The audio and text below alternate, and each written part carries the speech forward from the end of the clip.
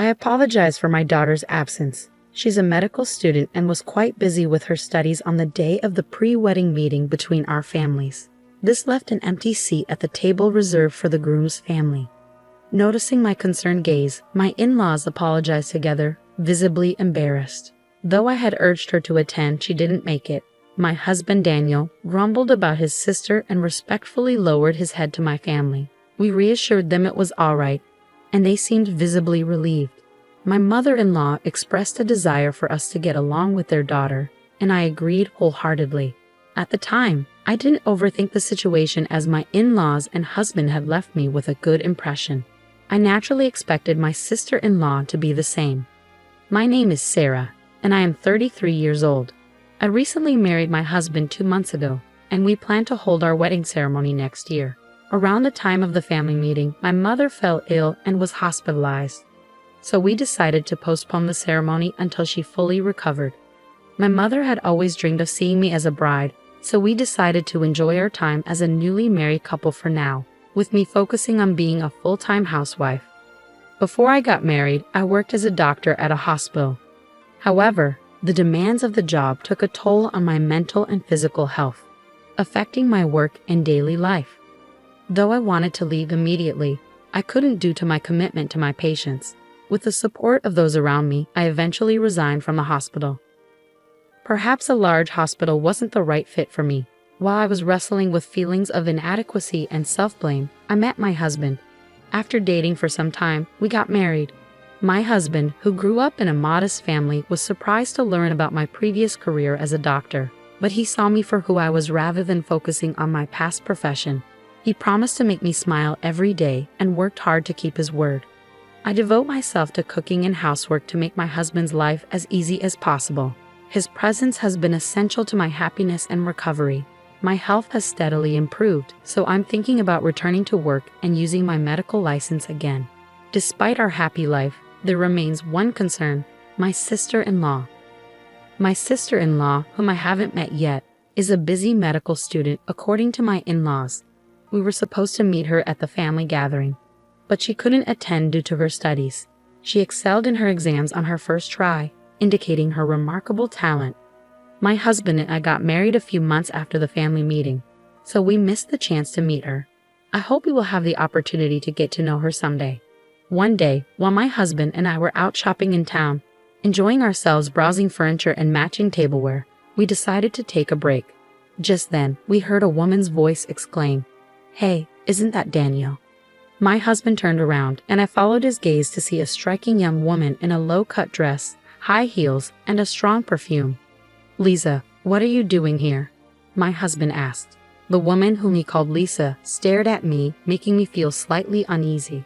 My husband introduced her to me. "Sarah, this is your first time meeting her, right?" "This is my sister, Lisa." "Oh, so you're Lisa. Nice to meet you. I'm Sarah," I said, politely bowing my head. Though she wasn't what I had imagined, I tried not to judge her by her appearance. As I reflected on this, my sister-in-law laughed mockingly. "All right, you're already married. So this is my sister-in-law?" "My brother is handsome and has a great income, but he married such a plain older woman." "It's a mystery," she said with blatant rudeness.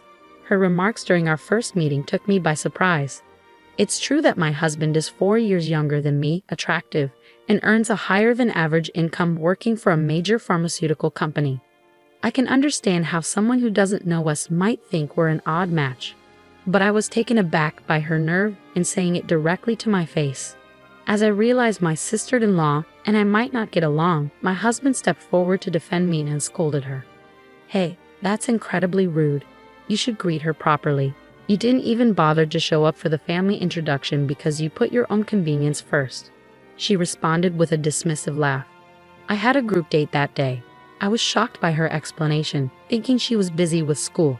Sensing that my husband was getting angry and that this could escalate into a fight between siblings, I decided to intervene and keep the peace. "Come on, let's move forward now that we've met today. Let's try to get along from here on out, okay, Lisa?" I said, hoping to diffuse the tension. She shot me a sharp look. "By the way, what do you do for a living?" "I'm going to be a doctor in the future, so don't get too comfortable with me." I was taken aback by her superior attitude. Had I upset her in some way? Her arrogance was quite overt, and she seemed intent on belittling me. I tried to calm my husband, who was on the verge of raising his voice, and answer her calmly. I'm currently a full-time housewife. I used to be, but my sister-in-law cut me off. A full-time housewife is just another way of saying you're jobless. I can't believe my brother is married to someone like you. Are you just leeching off his money? Her disrespect for full-time housewives was infuriating. My cheek twitched at her condescending remarks. Trying to manage the situation with restraint seemed to have backfired. Lisa, stop. Sarah isn't who you think she is, Daniel protested. It's okay, Daniel, I said, soothing my husband. I knew I had to handle this carefully to avoid a confrontation. I quickly grasped the type of person my sister-in-law was. Although she clearly possessed intelligence as evidenced by her academic success, her demeanor left much to be desired. Becoming a doctor is a noble pursuit. It's a challenging path, so please keep working hard, I said with a warm smile. Excuse me, she retorted. A jobless person has nothing to teach me. Also, since I'm still a student, I'm not expected to give my brother a wedding gift. Throughout our conversation, her condescending attitude persisted, and it seemed my husband had grown weary of arguing. He waved her away dismissively. Just leave, he said, as though shooing her away. She protested. I tried to talk to you, and you're so ungrateful. Fine, whatever, I'm busy too. See you.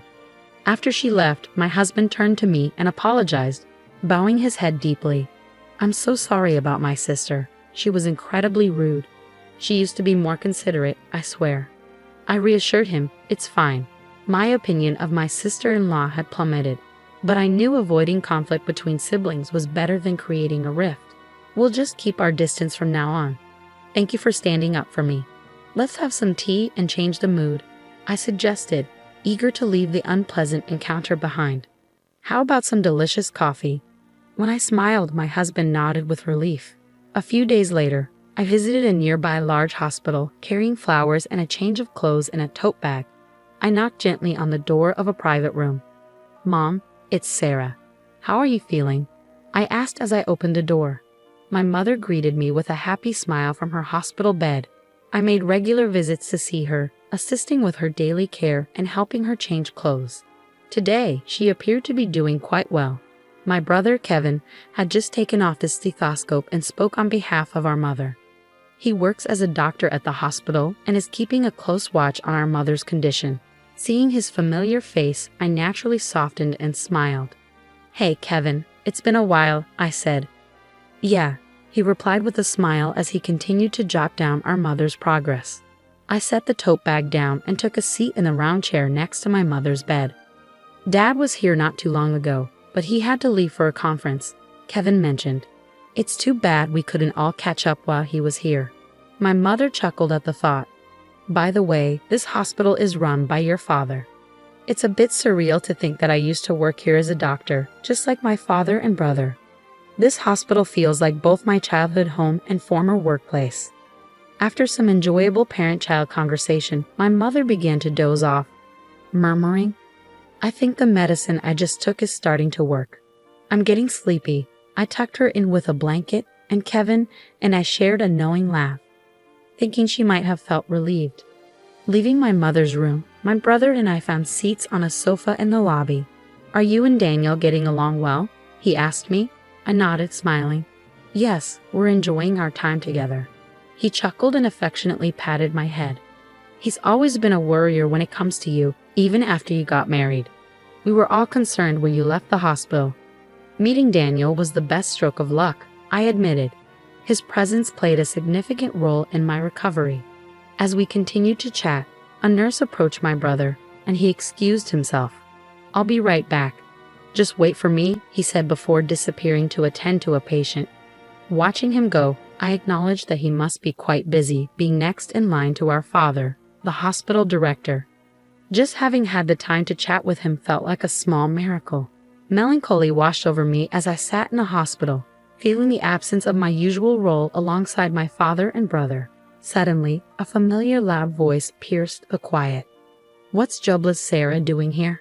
My sister-in-law's smirk greeted me as I sat on the sofa. The emphasis she placed on jobless stung, but I maintained my composure with a smile. Hi, Lisa. I'm here to visit my mother. Since this is a hospital, could you please lower your voice? I requested politely, hoping to avoid further confrontation. As annoyance began to bubble within me, I found myself faced with an unpleasant encounter, inwardly groaning at the situation. Ignoring my subtle warnings, she continued speaking loudly. "Wait, your mother is in the hospital. I'm here today for my internship," she exclaimed, seemingly surprised. I had suspected as much from her appearance. It wasn't uncommon for her, being a medical student at a nearby university. However, I hadn't anticipated seeing her, and her attire seemed out of place for the setting. Glancing at her flashy makeup and loosely tied hair, I couldn't help but be taken aback. While I understood the time constraints of her studies, I wondered if she grasped the importance of professionalism, something I had prioritized during my time working as a doctor. I wore makeup too, but I prioritized cleanliness and kept it subtle to avoid making patients uncomfortable. I wondered if anyone had spoken to her about it. Looking around, I noticed a few medical students and doctors from the hospital standing behind my sister-in-law, their faces pale with confusion. Many of the doctors at the hospital were my former colleagues, and the medical students seemed to have just learned that I was the daughter of the hospital director. To them, she likely appeared as an audacious medical student being rude to the director's daughter. Concerned that my sister-in-law's loud voice would disturb the hospital's calm, I tried to suggest moving elsewhere. Lisa, could you please lower your voice? It's bothering people," I said. Lisa interrupted me with an exaggerated sigh, almost as if she was trying to provoke me. "A good-for-nothing daughter snagged a high-income guy like my brother? I bet your mother is relieved. You're probably making him pay for your mother's hospital bills, huh? Just like a trashy mother-daughter duo would," she sneered, making sure everyone around us knew just how she viewed me.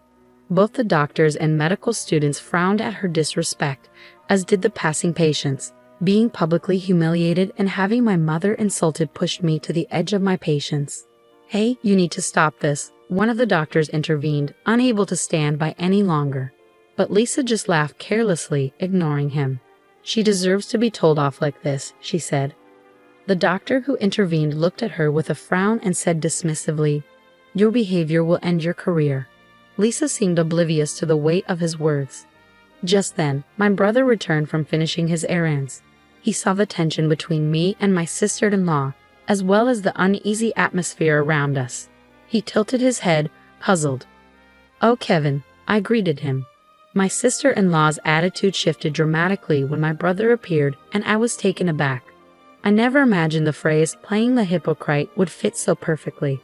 She altered her tone of voice and approached my brother, and I couldn't help but notice that even her appearance seemed to have changed. Kevin is young, talented, and undeniably handsome, even from his sister's biased perspective. As the successor to our father, he is incredibly popular, and I instantly sensed that she was aiming her attention at him. "Sarah, did something happen?" she asked, glaring at me as she referred to my brother by his first name. I was dumbfounded as Kevin slowly distanced himself from her and responded, "Well, yeah." Perhaps finding his response less than satisfactory, she persisted, "But you know, she's married, right? You didn't know that, did you? You should be careful, Kevin, considering your popularity." Her nasal, whiny voice grated on my nerves, and it was clear she saw me as a rival for my brother's attention. "I mean, she's my sister, after all," Kevin stated, causing her to freeze in surprise. I struggled to hold back laughter at her shocked expression while she stood there dumbfounded. The doctor who had intervened earlier whispered something to Kevin, likely explaining the situation. My brother's expression quickly turned stern. "Wait, so Sarah is the daughter of the hospital director?" he asked, turning to me for confirmation. I nodded, confirming to his bewildered sister-in-law. "Yes, I'm his daughter. I used to work here as a doctor, but I had to quit due to health issues. Now I'm focusing on recovery and temporarily being a full-time housewife, doing my best with housework." My words left her pale. I had heard from my husband that she was hoping to secure a job at this hospital.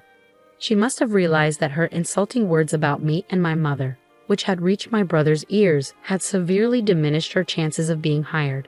Moreover, her dreams of a wealthy marriage seemed to have been dashed as well. I glanced at my brother and felt a pang of bitterness. "Unbelievable," he muttered under his breath. It seemed that my sister-in-law had never been on his radar. "Though I've heard you're quite talented as a medical student, I began. Upon hearing my words, her shoulders trembled. Calling someone trash and mocking them before you've even become a doctor shows a clear problem. If you don't recognize what's wrong, you lack the qualifications to be a doctor. Reflect on your actions. The surrounding audience nodded in agreement. My sister-in-law, who once looked down on me, was being lectured, and even my respected brother seemed disappointed. It was a series of humiliations for her. But I didn't want her to continue down this path as a doctor. I believe that doctors have a responsibility not only to save lives but also to empathize with their patients. I don't understand at all, my sister-in-law said, unable to bear the atmosphere. She turned abruptly and ran off, ignoring the nurse who scolded her for running in the hospital. In her haste, she tripped and fell dramatically. Kevin and I exchanged glances and chuckled. 6 months later, my sister-in-law, known for her bad attitude, found herself completely isolated after ridiculing me at the hospital. Her pride led her to drink heavily, resulting in a severe injury and subsequent hospitalization. Ironically, she needed medical care and finally seemed to grasp her own arrogance. I'm so ashamed. I want to apologize to Sarah. Her parents said she now spends her days in regret and reflection. She took a break from medical school and planned to change her ways after her discharge. It would be a challenging road ahead. Meanwhile, I secured a new job as a medical doctor at a pharmaceutical company. My work involves researching and developing drugs and verifying the safety of new medications. Although my father and brother asked if I consider returning to the hospital, I prefer to begin a new chapter elsewhere. My mother's health improved enough for her to receive home care, and she's eagerly anticipating attending my wedding next year.